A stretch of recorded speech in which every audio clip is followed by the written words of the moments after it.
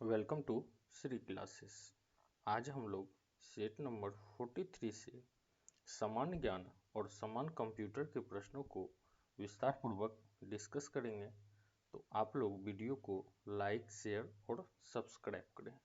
तो स्टार्ट करते हैं हम लोग set number 43। Question number first, पौधों को 5 समूह में बांटा जाता है, इनमें से कौन सा एक नहीं है। तो यहाँ पर हमको क्या खोजना है, कौन सा एक नहीं है। तो ऑप्शन 1 बायोफाइटा, ऑप्शन 2 जिम्नोस्पर्म और ऑप्शन 3 टेरिडोफाइट और ऑप्शन 4 प्रोटोकाइटा। तो यहाँ पे हो जाएगा ऑप्शन 4। यह जो है क्या है, तो पौधों का भाग नहीं है। पौधों को, पादप जगत को जो है 5 भाग में बांटा गया है। कौन कौन भाग है वो, तो वो भाग है थेलोफाइटा, ब्रायोफाइटा, टेरिडोफाइटा, जिम्नोस्पर्म और एंजियोस्पर्म। तो यह 5 भाग में पौधों का वर्गीकरण किया गया है। नेक्स्ट देखते हैं हम लोग,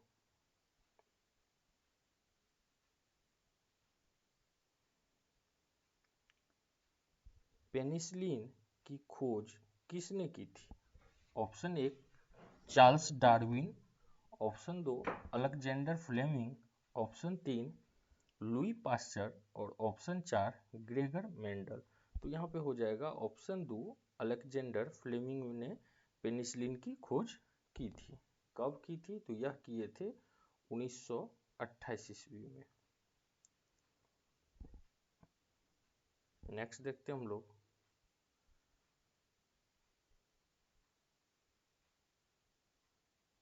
शब्द बेरिकजट की खोज किसने की। Option 1 Nigel Farage, option 2 Peter Wilding, option 3 Gerard Batten और ऑप्शन 4 टॉमी रॉबिन्स। तो यहाँ पे हो जाएगा ऑप्शन 2 पीटर वाइल्डिंग के द्वारा बेरिकजट शब्द की खोज की गई थी। यह शब्द जो है मूलतः 2 शब्द से बना हुआ है, एक है ब्रिटेन और दूसरा है एग्जिट। इस दोनों शब्दों के मिलकर ब्रेक्जिट बनाया गया है। नेक्स्ट देखते हैं हम लोग, भारतीय नाभिक कार्यक्रम इंडियन न्यूक्लियर प्रोग्राम का जनक किसे माना जाता है। Option 1 APJ Abdul Kalam, option 2 doctor Homi Bhabha, option 3 Jawaharlal Nehru और ऑप्शन 4 राजा रमन्ना। तो यहाँ पे हो जाएगा ऑप्शन 2 डॉक्टर होमी भाभा को माना गया है। इन्होंने क्या का स्थापना की, तो इन्होंने ट्राम्बे की स्थापना की थी, जिसको हम लोग AEET के नाम से जानते हैं। नेक्स्ट देखते हैं हम लोग, इस देश में दुनिया का सबसे लंबा लिखित संविधान है। मतलब किस देश में दुनिया का सबसे लिखित संविधान है। ऑप्शन 1 भारत, ऑप्शन 2 चीन, ऑप्शन 3 USA और ऑप्शन 4 रूस। तो यहाँ पे हो जाएगा ऑप्शन 1 भारत। भारत का जो संविधान है, इसमें 395 अनुच्छेद, 22 भाग और 8 अनुसूची शामिल थी। और अगर बात की जाए इसके इंग्लिश संस्करण की, तो अंग्रेजी भाषा में इसमें 1,46,385 शब्द हैं। नेक्स्ट देखते हैं हम लोग, निम्नलिखित में से कौन सी घटना 1757 में प्लासी की लड़ाई में अंग्रेजों की जीत के बाद घटी। तो सबसे पहले हम लोग जान जाते हैं कि प्लासी की लड़ाई हुई कब थी। तो प्लासी की जो लड़ाई है वह हुआ था 23 जून 1957 में। किनके बीच में हुआ था, तो बंगाल के नवाब शुजा-उद-दौला एवं ईस्ट इंडिया कंपनी के बीच में यह युद्ध हुआ था, जिसमें ईस्ट इंडिया कंपनी विजय रही और बंगाल, बिहार और उड़ीसा पे पूर्ण रूपेण इनका अधिकार हो गया। तो अब पढ़ते हैं हम लोग ऑप्शन को। बंदरगाह वाले शहरों मद्रास, कलकत्ता और मुंबई को नष्ट कर दिया गया। Option 2, British east India company के व्यापार का विस्तार हुआ। ऑप्शन 3, लोग मद्रास, कलकत्ता और बम्बई जैसे औपनिवेशिक शहरों से दूर रहे। कोई भी नई इमारत और संस्था नहीं बनाए गए। तो क्या हुआ था, उनका व्यापार में वृद्धि हो गया था, क्योंकि 3 नया क्षेत्र उसको मिल गया, जो कौन था, बंगाल, बिहार एवं उड़ीसा। नेक्स्ट देखते हैं हम लोग, निम्नलिखित में से किसे भारतीय स्वतंत्रता के पहले युद्ध के तौर पर जाना गया था। ऑप्शन 1, 1919 का रोलेक्ट सत्याग्रह। ऑप्शन 2, 1855 से 56 का संताल विद्रोह। ऑप्शन 3, 1857 का विद्रोह और ऑप्शन 4, 1861 का विद्रोह। तो यहाँ पे हो जाएगा स्वतंत्रता संग्राम का जो पहला युद्ध है वो माना जाता है 1857 का विद्रोह को। तो यह विद्रोह हुआ था कब, तो यह हुआ था 10 मई 1857। ठीक है, और इसका जो समाप्ति हुआ था यह कब हुआ था, तो 1859 में। नेक्स्ट देखते हैं हम लोग, निम्नलिखित में से कौन सा राष्ट्रीय उद्यान भारत में नहीं है। ऑप्शन 1, संदूर राष्ट्रीय उद्यान। ऑप्शन 2, बालपक्कम राष्ट्रीय उद्यान। ऑप्शन 3, अंसी राष्ट्रीय उद्यान और ऑप्शन 4, दाचीग्राम राष्ट्रीय उद्यान। तो यहाँ पे हो जाएगा ऑप्शन 1, संदूर राष्ट्रीय उद्यान। यह शेष 3 भारत में स्थित है। संदूर राष्ट्रीय उद्यान जो है यह कहाँ है, तो यह है गिलगित बल्किस्तान में।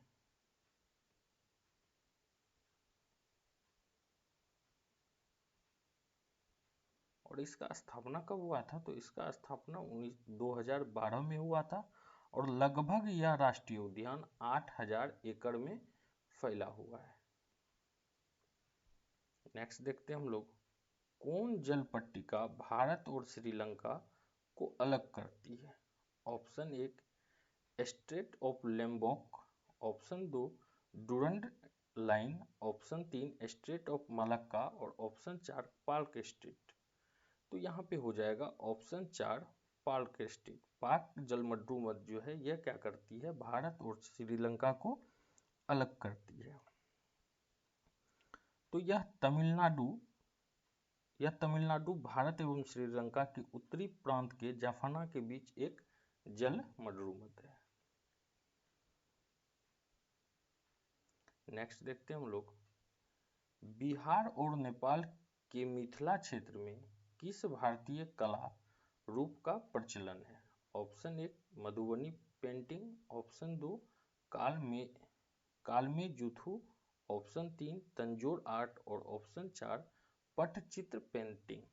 तो यहाँ पे हम लोग देंगे ऑप्शन 1, मधुबनी पेंटिंग। नेक्स्ट देखते हैं हम लोग, निम्नलिखित में से कौन सी नदी अफ्रीका में नहीं है। तो यहाँ हमको नहीं वाले को खोजना है। Option 1, orange. ऑप्शन 2, नील। ऑप्शन 3, नाइजर और ऑप्शन 4, अमेजन। तो यहाँ पे हो जाएगा ऑप्शन 4, अमेजन।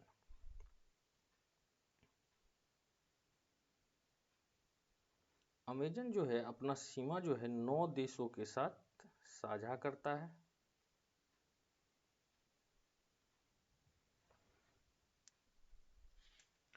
नेक्स्ट देखते हैं हम लोग, निम्नलिखित में से कौन सी बात मार्च 1931 में हस्ताक्षरित गांधी-इरविन समझौते में उल्लेखित थी।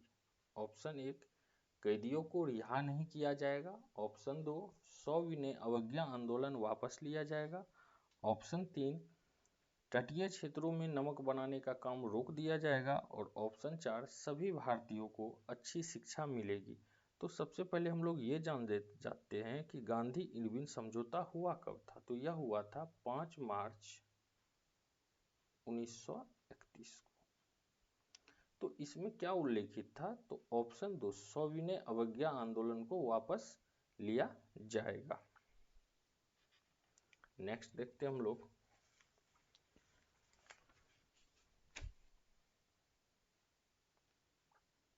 निम्नलिखित में से किसने स्वदेशी आंदोलन के माध्यम से औपनिवेशिक शासन के उग्रवादी विरोध की वकालत नहीं की? Option 1 Lala Lajpat Rai, option 2 Vipin Chandra Pal, option 3 बाल गंगाधर तिलक और ऑप्शन 4 गोपाल कृष्ण गोखले। तो यहाँ पे हो जाएगा ऑप्शन 4 गोपाल कृष्ण गोखले। साथ में हम लोग यह भी जान जाते हैं कि Gopal Krishna Gokhale servant of India society की स्थापना किए थे, और ये कब किए थे? तो ये 1905 में पुणे में किए थे। सर्वेंट्स ऑफ इंडियन सोसाइटी नाम का एक संस्था। साथ में यहाँ पे लाला लाजपत राय है, विपिन चंद्र पाल है और बाल गंगाधर तिलक है। तो यह तीनों जो है, तीनों को लाल बाल और पाल के नाम से जाना जाता है। यह भी क्वेश्चन पूछता है कि लाल बाल और पाल के नाम से किन्हें जाना जाता है? तो महाराष्ट्र के बाल गंगाधर तिलक, बंगाल के विपिन चंद्र पाल एवं पंजाब के लाला लाजपत राय को।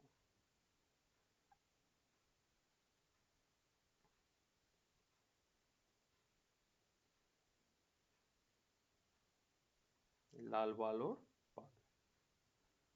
नेक्स्ट देखते हैं हम लोग, आधुनिक अर्थशास्त्र का जनक किसे माना जाता है?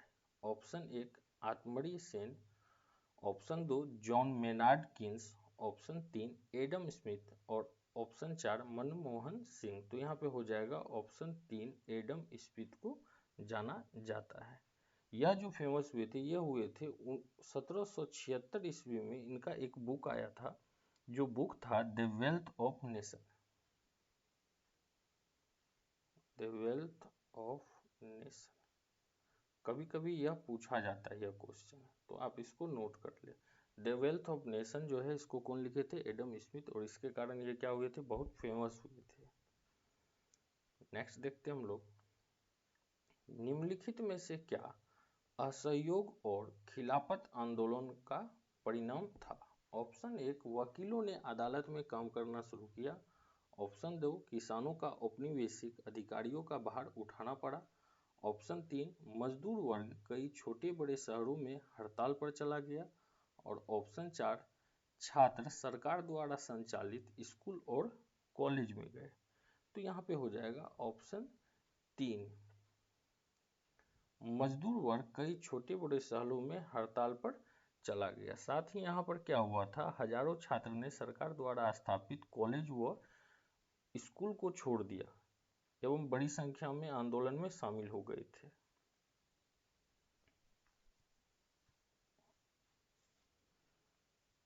नेक्स्ट हम लोग देखते हैं टॉपिक कंप्यूटर के प्रश्न को। और अगर किन्हीं स्टूडेंट को स्क्रीनशॉट लेना है तो आप यहां से स्क्रीनशॉट ले सकते हैं।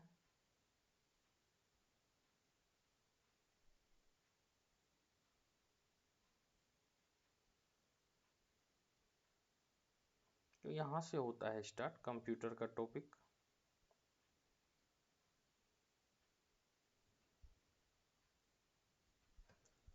तो क्वेश्चन नंबर फर्स्ट, कोबोल का पूर्ण रूप क्या है? यह क्वेश्चन बार बार सेट में पूछा जाता है और काफी बार इसको रिवीजन भी करवाए थे कि कोबोल को क्या बोला जाता है। तो option 1 computer based operating language, option 2 common business oriented language, option 3 common basic operating language और option 4 computer basic oriented language. तो कोबोल को बोला जाता है कॉमन बिजनेस ओरिएंटेड लैंग्वेज।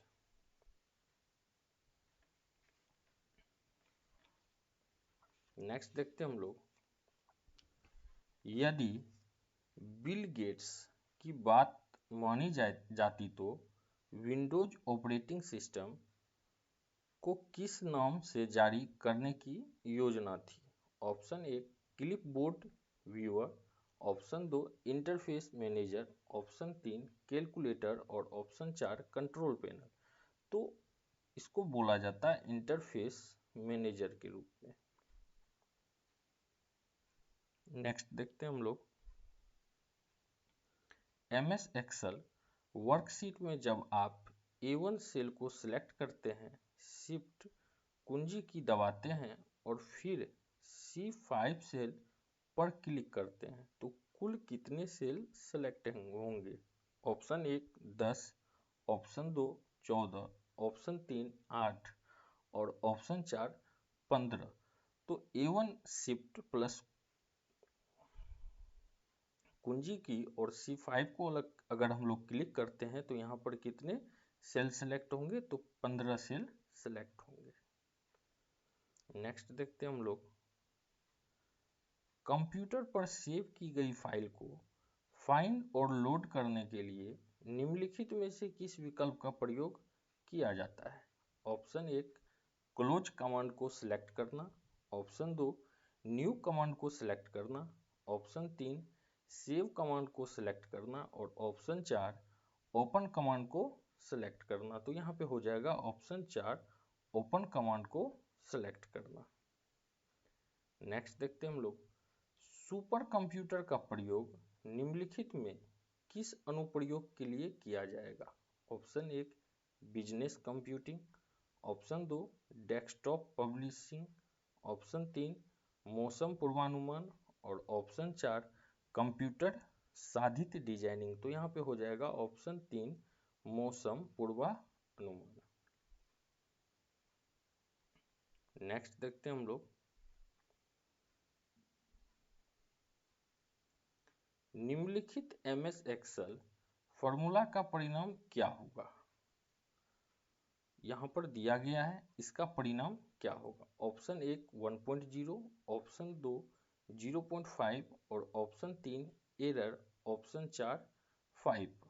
तो यहाँ पे हो जाएगा इसका परिणाम 0.5। नेक्स्ट देखते हैं हम लोग कंप्यूटर में द्वितीयक संग्रहण सिस्टम के रूप में निम्नलिखित में से किसका प्रयोग किया जाता है? Option 1 RAM, option 2 floppy, option 3 एप्रोम और ऑप्शन 4 रोम। तो यहाँ पे हो जाएगा ऑप्शन 2 फ्लॉपी का प्रयोग किया जाता है। नेक्स्ट देखते हैं हम लोग यूनिक्स प्रचालन सिस्टम किसके लिए उपयुक्त होता है? ऑप्शन 1 बहुप्रयोगता, ऑप्शन 2 वास्तविक समय संसाधन, ऑप्शन 3 वितरित संसाधन और ऑप्शन 4 एकल प्रयोगता। तो यहाँ पे हो जाएगा ऑप्शन 1 बहुप्रयोगता। नेक्स्ट देखते हैं हम लोग निम्नलिखित में से कौन सा कथन सत्य है? ऑप्शन 1 एक ईमेल आईडी हमेशा अद्वितीय होती है, ऑप्शन 2 ईमेल आईडी में अपर केस बड़े और लोअर केस छोटे अक्षर में एक साथ नहीं हो सकते, ऑप्शन 3 ईमेल आईडी में डॉट कैरेक्टर का उपयोग नहीं किया जा सकता और ऑप्शन 4 ईमेल आईडी आमतौर पर केस से संबंधी होते हैं। तो यहाँ पे हो जाएगा ऑप्शन 1 ईमेल आईडी हमेशा अद्वितीय होती है। नेक्स्ट देखते हैं हम लोग कंप्यूटर पर क्या पिक्चर फाइल का विस्तार नहीं है? Option 1 dot JPEG, option 2 dot PNG, option 3 dot GIF और ऑप्शन 4 डॉट MDB। तो यहाँ पे हो जाएगा ऑप्शन 4 डॉट MDB। जो व्यक्ति इंटरनेट की छानबीन करता हुआ ऑनलाइन अत्यधिक समय व्यतीत करता है उसका वर्णन करने के लिए प्रयुक्त किया जाने वाला शब्द है। Option 1 net edit, option 2 net Guru, option 3 cyber not और option 4 cyber file.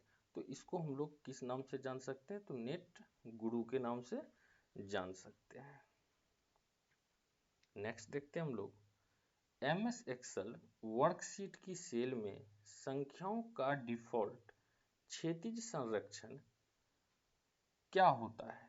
Option 1 centre, option 2 left, option 3 right और ऑप्शन 4 जस्टिफाई। तो यहाँ पे हो जाएगा ऑप्शन 3 उसको क्या होता है, वो राइट होता है।